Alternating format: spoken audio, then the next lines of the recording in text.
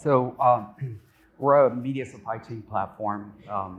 We work across a broad spectrum of content owners. And we're witnessing what I think everyone in this room is witnessing is this rapid and very painful transition from legacy broadcast to digital first. And what we are noticing is this rollback from, it's a significant rollback from a completely or partial outsource of the media supply chain to internal, recognizing the risk of having the content in somebody else's hands. I think digital first has a lot of implications for us, everyone in this room, as well as the entire industry. And so our customers are noticing that, and there's a significant and very aggressive trend of bringing all content in-house, putting a platform on top and controlling the content. And so, these are some of the things that we're seeing. Is there anything else on that digital first that you keep hearing? You have to meet customers where they are, you have to move quickly. You mentioned then, can people move faster than their outsourcers? Are they only SaaS as well as outsourcer? Yeah, you make an excellent point. I think that's one of the, when we talk about risk, that's one of the risks that our customers are seeing. And so because digital first is, implicitly it means fast. You need to move not today, but yesterday.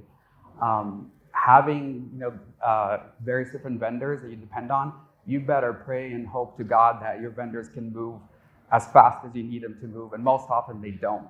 And so there's this criticality, there's this imperative that's taken on of taking back control of the content, and then bringing in the third-party vendors, whoever their partnerships may happen to be, to work alongside, but on top of the platform, on top of their own media supply chain that's within their control. And that's something that we're seeing each and every day. Is digital first correlated to cloud first? Does that help? In my opinion, yeah.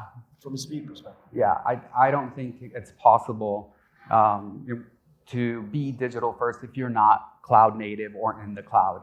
I think on-prem, it implies slowness, in my opinion. Right. Tape drives, editing bays, manual, not digital first. So we've been working with AI for a long time, and Joe and I have been having these philosophical conversations over the last couple of years.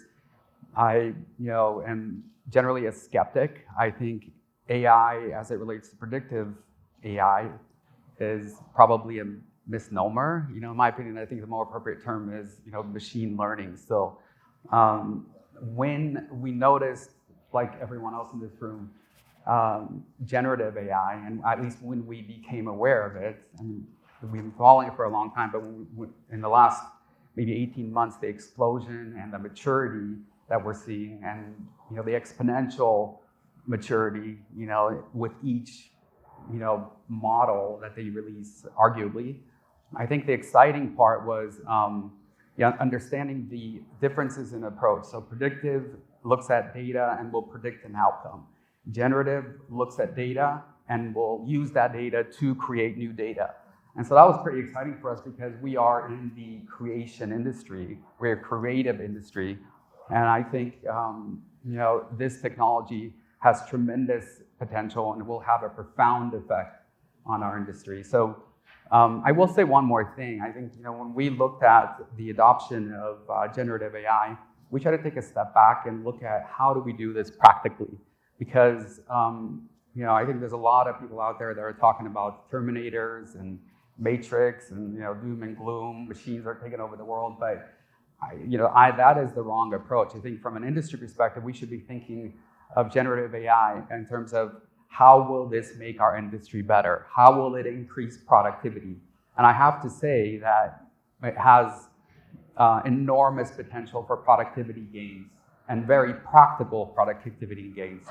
One of the first things that we do when we engage with customers, and this is universal, and this is not a knock on anyone or the industry, but the challenge has always been traditionally like, what do I have and where's my stuff, right? And so, that's one of the first things that we engage on and when we look at, and in fact, this is a big focus of our Gen AI initiative today. And now I have to say that our Gen AI initiative has been driven, of course, by, our, desire to be more productive. And, to Mark's point, we got to have a change in conversation from a cost center to, how will this help maximize my revenue opportunities? And I think that is our North Star as we are engaging on this Gen AI journey. Sorry, Joe, is it really expensive? I mean, that is my question, because I think Josh what's the alternative, right? And are we really comparing apples to apples? In a lot of cases, when we engage and we have conversations, we're having these nonsensical conversations because you're not really comparing apples to apples. You're not even factoring the productivity gains that you're getting for this. So I think if you take a step back, just kind of zoom out, the conversation isn't about how expensive, how pricey the productivity is something that has to be factored in. What are the benefits? What are the gains? How will this help my business? And what do I do right now to make sure that I'm not stuck like I was stuck before? Because digital first has tremendous and profound implications for the entire industry.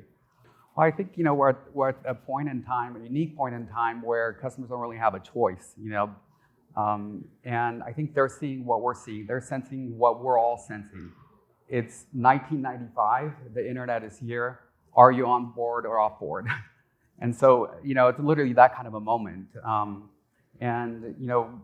The feedback, the direction is really coming from our customers, and they're looking at how do we do this, how do we do that, and we have an amazing collaboration. When it comes to the practical implementation of Gen AI, and I think one thing is very clear: a point solution for every problem you have with various different services, potentially tens, if not hundreds, is not the right approach. A platform approach is the right approach, and that's exactly what we've been doing. What we've done is apply Gen AI, created an engine, if you will. I'm not to get into the technical details, but that understands everything that's going on within your media supply chain. Well, we started working on this in November, and we have a live product to show here at NAB. Oh, I mean, that's the beauty of SaaS, and that's why we're all talking cloud SaaS. You're talking an implementation of 60, 90 days versus years. I mean, the days of $100 million CapEx and 10 years to show any ROI are long gone. And that's one of the things that customers love about SaaS. And I think it also speaks to your point about cost. I mean, SaaS opens up an opportunity where there is no CapEx, and you're able to provide customers a very predictable cost model that sort of amortizes the cost, the expense, et cetera, across a number of years. But it's an easy to understand subscription model with enough processing and whatever is needed to be done included in the subscription. The only pushback we have sometimes is in procurement. Procurement is a little bit lagging behind the rest of the business. No surprise. We still often get asked about installing servers and things like that, but other than that, not much. But what you're talking about, Joe, has been a challenge in the industry for a long time because there are tons of cost pressures. And so, obviously procurement has to do their job and drive, hard and make sure that the business gets a good deal.